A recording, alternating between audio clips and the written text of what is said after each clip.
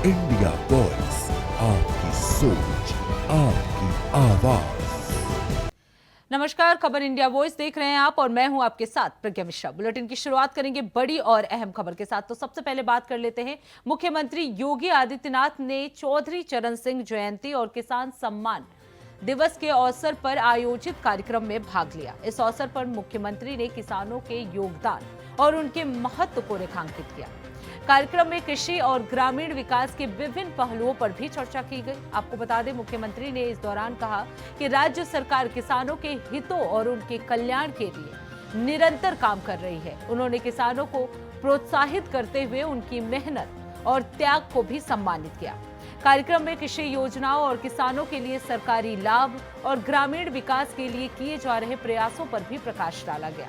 तो आपको बता दें, सीएम योगी आदित्यनाथ ने किसान सम्मान दिवस में हिस्सा लिया। किसानों के योगदान को इस दौरान सम्मानित किया गया। इसके साथ ही योगी आदित्यनाथ ने किसानों को कई सौगातें भी दी। कृषि और ग्रामीण विकास पर इस दौरान जोर दिया गया।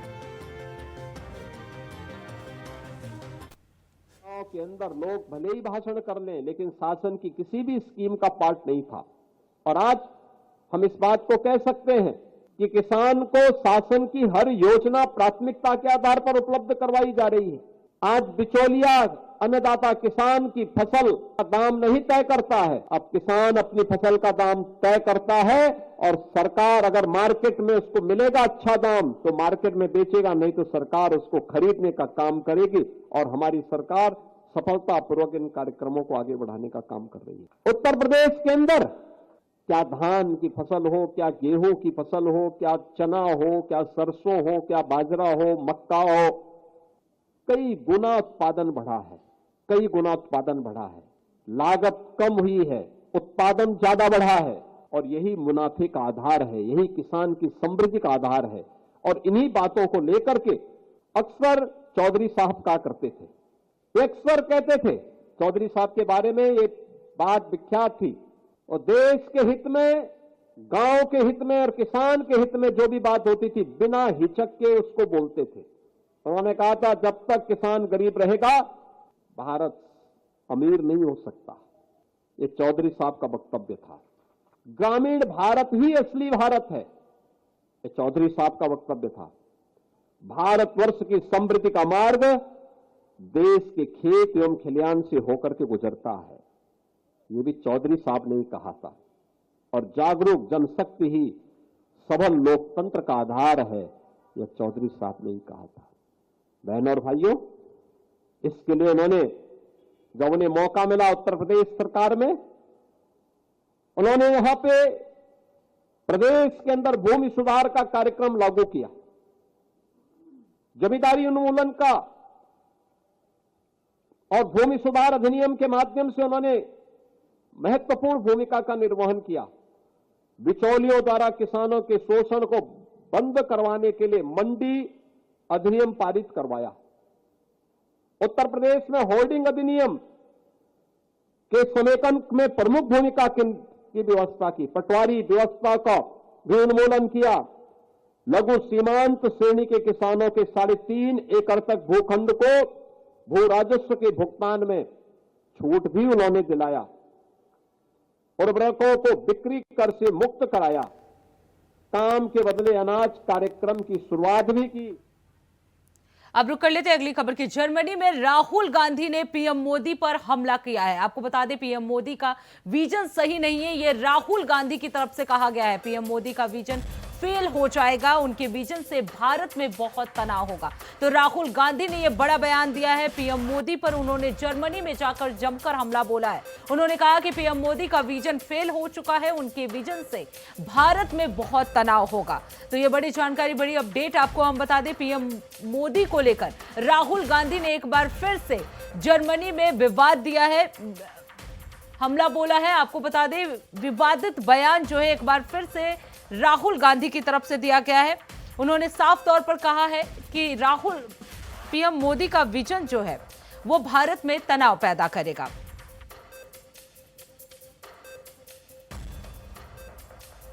अब सीधे आपको ले चलते हैं यूपी विधानसभा, जहां शीतकालीन सत्र जो है वो चल रहा है। आज शीतकालीन सत्र का तीसरा दिन है।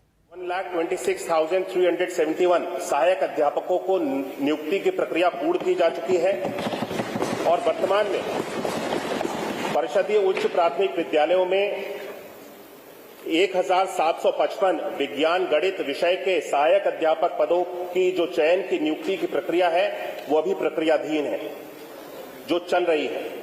और इसके साथ साथ सहायता प्राप्त जूनियर हाई स्कूल में प्रधानाध्यापकों के 253 और सहायक अध्यापकों के 1262 पदों पर जो चयन की नियुक्ति की प्रक्रिया है वो भी अभी वर्तमान में प्रक्रियाधीन है। इसको भी हम सब लोग बहुत जल्द पूर्ण कर लेंगे। बच्चों की शिक्षा की गुणवत्ता के ऊपर भी माननीय सदस्यों ने एक प्रश्न उठाया कि शिक्षकों की कमी की वजह से और ट्रेंड शिक्षक न होने की वजह से बच्चों के भविष्य के ऊपर इसका असर पड़ रहा है। मैंने अपने पिछले प्रश्न में ही इसका एक उत्तर दिया कि जो NAS राष्ट्रीय सर्वेक्षण है उसके अंतर्गत स्पष्ट है, आप उसकी रिपोर्ट्स को देखेंगे कि उत्तर प्रदेश का जो प्रदर्शन है वो अन्य देश के सभी प्रदेशों से अधिक है। और इसके साथ साथ हमारे प्रदेश के अंतर्गत निपुण भारत मिशन के अंतर्गत भी बहुत कार्य किया जा रहा है, जिसमें बच्चों को भाषा कक्षा 3 तक के बच्चों को भाषा और गणित के ज्ञान के ऊपर उनके लिए हम लोग फोकस करते हैं और उनको सक्षम बनाते हैं, निपुण बनाते हैं। मुझे बताते हुए प्रसन्नता है कि उत्तर प्रदेश के अंतर्गत 48,000 ऐसे विद्यालय हैं जिन विद्यालयों में कक्षा 3 तक के बच्चे निपुण घोषित कर दिए गए हैं। इन सभी बच्चों में भाषा और गणित का ज्ञान पूरी तरह से है। ये अपने आप में दर्शाता है कि उत्तर प्रदेश के अंतर्गत शिक्षा के क्षेत्र में बेसिक शिक्षा विभाग के अंतर्गत जब से हमारी सरकार बनी है, सरकार ने जितने भी निर्णय लिए हैं वो बच्चों के हित के लिए लिए हैं, उनके भविष्य को संवारने के लिए, बेहतर बनाने के लिए लिए हैं और बेसिक शिक्षा विभाग सकारात्मक दिशा में आगे बढ़ रहा है। किसी भी तरह का भ्रम आम जन के मन में जो फैलाने का काम विपक्ष के द्वारा न किया। धन्यवाद माननीय मंत्री जी। प्रश्न संख्या 5 श्री तेज प्रताप जी हैं? नहीं है। Doctor R.K. वर्मा। माननीय अध्यक्ष जी, मेरा प्रश्न था स्वित्त पोषित प्राथमिक और उच्च प्राथमिक विद्यालयों से संबंधित जो अभिभावकों का शोषण हो रहा है उससे संबंधित था। माननीय इस प्रश्न में पीड़ा उन छोटी मोटी नौकरी करने वालों, गरीब और किसान की पीड़ा जो पहले कभी अपने बच्चों को अच्छी शिक्षा दे करके अच्छा भविष्य बनाने का सपना देखते थे और प्राथमिक और उच्च प्राथमिक जो हमारे परिषदीय विद्यालय हैं, जो सरकारी विद्यालय हैं, वहां पर पढ़ाते थे। लेकिन सरकार ने सोची समझी साजिश के तहत उसकी गुणवत्ता खराब करके उनका वह हक छीनने का काम किया। अभी भी माननीय मंत्री जी के द्वारा सदन में ही अवगत कराया गया कि 10,000 प्राथमिक विद्यालय इन्होंने बंद किए और दूसरी तरफ यह दावा भी कर रहे हैं कि हमने 2017 के बाद से गुणवत्ता सुधारी। हम उसी पर आ रहे हैं। कब बोला आपने? ये मैं बाद में इसलिए बता रहा हूं कि आपने सोची समझी साजिश से जो सब बोला कि 10,000 मानवर उसी पर तो मैं आ रहा हूं। बात तो सुन ले। ये आपने साजिश इसलिए किया कि गरीब किसान अपने बेटे बेटी को पढ़ा न सके और स्वित्त पोषित जो निजी विद्यालय हैं उनके द्वारा चूंकि मनमानी शुल्क वसूली की जा रही है तो उनका बेटा बेटी पढ़ेगा कहां से? चूंकि वो पढ़ लिख करके पक्की नौकरी मांगता है, आरक्षण मांगता है, सरकार उसे दे नहीं सकती है। मानो जब ये स्वित्त पोषित विद्यालयों में जाते हैं तो 8-8 हजार रुपए महीने तक शुल्क वसूली जाती है और साथ में प्रवेश शुल्क अलग से, पुनः पंजीकरण शुल्क अलग से, परीक्षा शुल्क अलग से, यूनिफॉर्म शुल्क अलग से, पुस्तकों के नाम का शुल्क अलग से, बिल्डिंग शुल्क अलग से। इस तरीके से आप देखेंगे तो विश्वविद्यालयों में स्नातक की डिग्री लेने वाला पूरे 1 वर्ष की फीस जितना नहीं भरता, उससे ज्यादा कक्षा 1 से नीचे पढ़ाई करने वाले गरीब किसान के बेटे को वो फीस भरनी पड़ती। और सबसे बड़ी विडंबना तो यह है, हम सब लोगों ने अपने बड़े भाइयों की बड़ों की किताबों को पढ़ करके हम लोगों ने आगे बढ़ा है। लेकिन आज की स्थिति यह है कि वो विद्यालय मानवर हर वर्ष सिलेबस बदलते हैं, किताबें बदलते हैं, पाठ्यक्रम बदलते हैं। इससे जो अभिभावक हैं उनका शोषण होता है। एक बड़ा भाई उसी विद्यालय में पढ़ रहा है, कक्षा 1 में है या 2 में है, उसके बाद उसका छोटा भाई उस क्लास में आएगा तो उसकी किताबों को नहीं पढ़ सकता। अब किताबें बदल गई हैं, उसका शोषण होता है मान्यवर। इसलिए ये जरूरी है कि गरीब किसान मजदूर जो छोटी मोटी नौकरी करने वाला है उसका बेटा बेटी पढ़ लिख करके अपना भविष्य कैसे सुधार सके, सरकार को इसकी चिंता करनी चाहिए। लेकिन सरकार कभी भी इस बात के लिए चिंतित नहीं होती है, जिसकी वजह से ऐसे विद्यालयों के द्वारा लगातार मनमानी की जा रही है।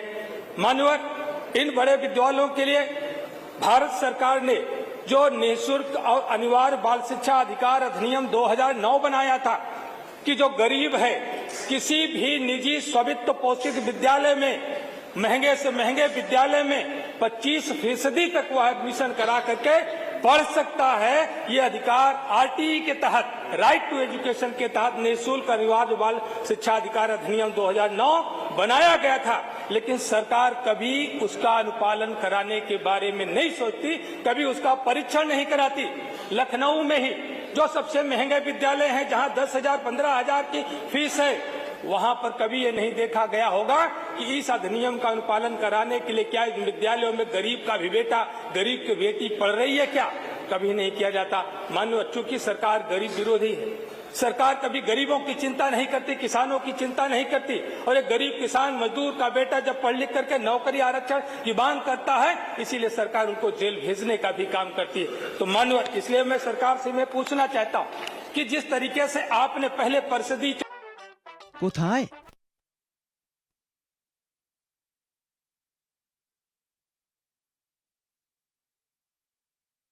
प्रधानमंत्री पेशन को लेकर विपक्ष पार्टियों की तरफ से ये संबोधन दिया जा रहा था। तो यूपी विधानसभा सत्र का आज तीसरा दिन है।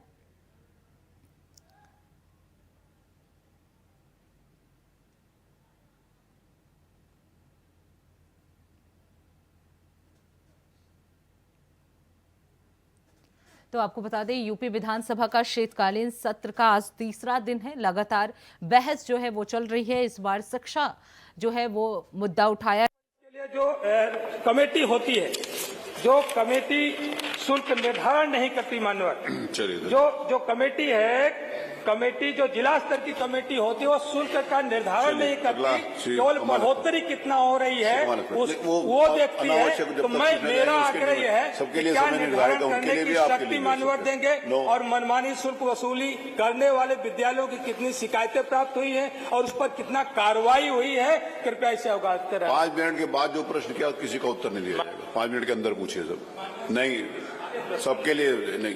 धन्यवाद। आप भाषण देंगे तो प्रश्न पूछिए। धन्यवाद अध्यक्ष जी। अध्यक्ष जी, हम लोग यहाँ सवाल लगाते हैं। अरे भाई 5 मिनट आज के 20-20 मिनट एक प्रश्न, सवाल तो सभी के लगे हैं ना। 20 जो माननीय सदस्य हैं सभी तो आप ही के हैं। सर आपका संरक्षण 20 सदस्य तो सभी तो आप ही के हैं। आप लोग लगाते हो तो मैं किसी को मना कर रहा हूँ क्या? सबको अधिकार नहीं है क्या? मेरी सुन तो लीजिए सर। धन्यवाद अध्यक्ष जी। हम लोग यहाँ सवाल लगाते हैं उत्तर प्रदेश की समस्याओं को लेकर, सभी सदस्य। बामुश्किल सरकार वो सवाल एक्सेप्ट करती है जो उन्हें अपने गुणगान करने होते हैं। मैं जो सवाल आपने लगाया वही तो एक्सेप्ट किए हैं। नहीं, अच्छा कोई दूसरा एक्सेप्ट कर लिया तो बताओ जिसने ना लगाया। सुन तो लीजिए, सुन लीजिए सर। मेरा आपका संरक्षण इसलिए चाहिए सर हम लोगों को। अभी मंत्री जी के जवाब के अंदर मंत्री जी ने लिखा है, प्रदेश के स्व-वित्त पोषित प्राथमिक उच्चतम विद्यालयों के शुल्क निर्धारण के नियम हेतु अधिसूचना 1891/79 B181 के 10/18 एक उन्होंने उसका वो दे दिया अधिसूचना का। मेरा अध्यक्ष जी इतना कहना है, ये आपने अधिसूचना जारी की, लेकिन इसका इम्प्लीमेंट हो रहा है या नहीं हो रहा है, आप इस पे कार्रवाई कर रहे हैं या नहीं कर रहे, तो ये सर सदन में जवाब जरूर आना चाहिए। दूसरा सर, वो जमाना अलग था कि जब राजा महाराजा बड़े बड़े लोगों के बच्चे पढ़ा करते थे। अब जमाना आ गया कि हर आदमी क्या है, रेडी लगाने वाला, खोमचा लगाने वाला, गरीब से गरीब आदमी भी ये जानता है कि अगर उसके बच्चे को अच्छा जीवन जीना है तो उसको शिक्षा जरूरी है। शिक्षा इतनी अहम हो गई है, और मैं ये बात इसलिए कह रहा हूं सर, सरकार की ये जिम्मेदारी है। प्राथमिक शिक्षा बुनियाद है, सरकार की ये जिम्मेदारी है कि वो आने वाली नस्लों के लिए इतना स्ट्रॉन्ग, इतना मजबूत बुनियाद रखे कि हमारे बच्चे किसी भी परीक्षा में, किसी भी देश में जाके नीचा नहीं झाके। लेकिन सरकार क्या कर रही है सर? प्राइवेट विद्यालयों के लिए बंद करने की बात करती है। जब विपक्ष चिल्लाता है तो पीछे हट जाती है। फिर सरकार क्या करती है? जितने भी उसके अंदर टीचर्स हैं, उन टीचरों के ड्यूटी पे लगा देती है। ड्यूटी लगाती है चुनाव की ड्यूटी, जनगणना की ड्यूटी, बीएलए की ड्यूटी, पशु गणना की ड्यूटी, चुनाव की जितनी ड्यूटियां हैं सब टीचर लगाते हैं। तो सर आप मुझे बताइए, जब टीचर सारे काम करेंगे तो बच्चों को पढ़ाएंगे कैसे? मेरा इतना कहना है सर, जो ये सरकार ने कोटा फिक्स किया हुआ है, जो प्राइवेट स्कूल हैं, जो बड़े बड़े बिल्डिंग उन्होंने बना रखी है 5 स्टार के माने, नोएडा में चले जाओ, गाजियाबाद में चले जाओ, मुरादाबाद में चले जाओ, उत्तर प्रदेश के बरेली में चले जाओ, हर बड़े मेट्रो सिटी के अंदर चले जाइए। आज जो उत्तर प्रदेश की प्राथमिक शिक्षा है, ये आप फ्री में खाना दे रहे हैं, फ्री में कपड़े दे रहे हैं, फ्री में सारी चीजें उपलब्ध करा रहे हैं। लेकिन माननीय मंत्री जी, आपको ये सोचना पड़ेगा, विचार करना पड़ेगा कि आखिर वो बच्चे, गरीब आदमी भी अपना बच्चा उस स्कूल में क्यों नहीं पढ़ाना चाह रहा? इसलिए नहीं पढ़ाना चाह रहा कि जो वहां पढ़ाई की गुणवत्ता है वो आपने अच्छी नहीं कर रखी है। आप टीचरों को सुविधा नहीं देते। शिक्षा मित्रों के पेट पे सरकार ने लात मार दी। शिक्षा मित्र, आप मुझे बताइए, एक प्राइवेट स्कूल में 50-50 हजार की सैलरी है, आप उस गरीब शिक्षा मित्र को 10,000 रुपए में पढ़वा रहे हैं, लगातार वो मांग कर रहे हैं, आप उनका वेतन तक बढ़ाने को तैयार नहीं है। आप जो टीचर है बेचारे, उन्हें 30-30 साल पढ़े हुए हो रहे। सुप्रीम कोर्ट में आपने पैरवी नहीं करी, सुप्रीम कोर्ट आपने जाके अच्छी पैरोकारी नहीं करी। सुप्रीम कोर्ट ने आदेश कर दिया कि टेट की परीक्षा, सुपर टेट की परीक्षा उन्हें पास करनी पड़ेगी। अब वो बुढ़ापे में जाकर टेट की तैयारी करेंगे और परीक्षा पास करेंगे। तो आपको पैरोकारी करनी चाहिए। दिल्ली में आपकी सरकार, यहाँ पे आपकी सरकार, आप ले आइए कोई ऐसा कि उन्हें सुविधा मिल जाए। मंत्री जी बैठे हैं हमारे संसदीय कार्य मंत्री जी, इतने अनुभवी हैं, मैं समझ सकता हूं कि उनके अनुभव को कोई चुनौती नहीं दे सकता। वो किसी भी स्तर पे जाके किसी भी पद को सुशोभित कर सकते हैं, सिर्फ इसलिए कि उनका अनुभव है। जबकि शिक्षा मित्र, उनका अनुभव 15-15 साल का है, लेकिन आप उन्हें वेतन का तैयार नहीं है। मैं आपसे कहना चाहूंगा कि मेरे यहाँ पे अब कोई पूछ लो। सेंट मैरी, मेरा सवाल है, Saint Mary school, CL Gupta school, Springfield school, Shri Sai school, Shri Gandhi school, public school, Rani Pritam school, PMS school, Summer Valley school, Crofton public school, न जाने कितने स्कूल ऐसे हैं जहां पे प्रवेश ऐसे मिलता है किसी बच्चे को जैसे पता चला कि उसे IAS की परीक्षा पास करनी पड़ेगी, PCS की परीक्षा पास करनी पड़ेगी, और इतने शुल्क देने पड़ते हैं उन लोगों को, इतने शुल्क। अभी बताया हमारे साथी ने कि बस की फीस अलग, जो किताबें हैं अलग। मैं माननीय मंत्री जी से एक सवाल करूंगा कि जो आपने गरीब बच्चों के लिए कोटा किया है पब्लिक स्कूलों के, वित्त पोषित स्कूलों में, उस कोटे को आप भरवाएंगे या नहीं भरवाएंगे? दूसरा मेरा सवाल है कि जो शुल्क उन्होंने किए हैं उनके लिए आप निर्धारित करेंगे नहीं करेंगे कि इस स्कूल के अंदर इतनी फीस ली जाएगी? सर 1-1 लाख रुपए, 1.5 लाख रुपए फीस है बड़े बड़े स्कूलों की। आपसे अनुरोध है कि गरीबों की हित की सरकार बताने वाले आदमियों को जरूर सोचना चाहिए कि गरीब के बच्चे पढ़ेंगे। आपने मुझे पूछने का मौका दिया, बहुत बहुत धन्यवाद। माननीय मंत्री जी, जवाब दिलवा दिए सर। वो तो उसी के लिए तो खड़े हैं। जवाब दे ने तो जो आदेश दिया वो कहा नहीं दे दिया, जवाब तो दें। आम जन को कितनी बार विपक्ष के द्वारा इस सदन के माध्यम से भ्रमित किया जाएगा? मैं पिछले 3 प्रश्न से एक ही चीज का उत्तर बार बार दे रहा हूं और 3 बार मैंने एक ही चीज का उत्तर दिया कि सरकार ने किसी भी विद्यालय को बंद करने का निर्णय नहीं लिया गया। लेकिन जितने भी सदस्य बार बार खड़े होते हैं वो बार बार एक ही प्रश्न उठाते हैं कि सरकार, बहुत सारे लोगों को एक बार में बात समझ में नहीं आती है। मैं चौथी बार भी बता देता हूं अगर आपकी अनुमति हो तो। अरे बार बार बता रहे हैं ना, मैंने तो बोला, अरे आपका पक्ष लिया, मैंने विरोध कहा किया, मैंने आप ही का फेवर किया है। चौथी बार बता दीजिए। चलिए प्लीज माननीय मंत्री जी। सरकार के द्वारा जो मूल प्रश्न है जो फीस रेगुलेटरी को लेकर के प्रश्न उठाया गया, सभी जनपदों में जैसा कि मेरे उत्तर में स्पष्ट किया गया है कि जिलाधिकारी की अध्यक्षता में एक कमेटी का गठन किया गया है, जिसके अंतर्गत इस तरह की। अब सीधे आपको ले चलते हैं लखनऊ, जहां बीजेपी प्रदेश अध्यक्ष पंकज चौधरी जो है प्रेस कॉन्फ्रेंस कर रहे हैं। तो आपको बता दें, लखनऊ में बीजेपी प्रदेश अध्यक्ष पंकज चौधरी ने अपना प्रेस वार्ता जो है वो शुरू कर दिया है, जिसमें वो विपक्ष पार्टियों द्वारा पूछे गए सवालों का जवाब देंगे। तो बीजेपी प्रदेश अध्यक्ष पंकज चौधरी द्वारा प्रेस कॉन्फ्रेंस किया जा रहा है लखनऊ में। लगातार विपक्ष पार्टियों द्वारा एसआईआर का मुद्दा और कई ऐसे मुद्दे हैं जिन पर उनके ऊपर सवाल उठाए जा रहे थे, और इसी मुद्दे को लेकर आज बीजेपी प्रदेश अध्यक्ष पंकज चौधरी जो है वो प्रेस कॉन्फ्रेंस कर रहे हैं, जिसमें वो सभी मुद्दों पर अपनी बात रखेंगे। विपक्ष द्वारा लगाए जा रहे आरोपों का वो जवाब देंगे, और इसलिए वो प्रेस कॉन्फ्रेंस जो है लखनऊ में किया जा रहा है। इसके साथ ही आपको बता दें, कई ऐसे मुद्दे हैं, कुछ दिन पहले ही बैठक हुई थी, उस बैठक को भी लेकर चर्चा जो है वो प्रदेश अध्यक्ष की तरफ से किया जा सकता है। तो बीजेपी प्रदेश अध्यक्ष जो है वो लखनऊ में अपना प्रेस कॉन्फ्रेंस कर रहे हैं। कई अहम मुद्दों पर आज वो प्रेस कॉन्फ्रेंस करेंगे, जिसमें विपक्ष द्वारा लगातार जो आरोप किए जा रहे हैं। इसी के साथ रुकते हैं एक छोटे से ब्रेक के लिए, ब्रेक के बाद जल्द लौटेंगे। देखते रहिए इंडिया वॉइस।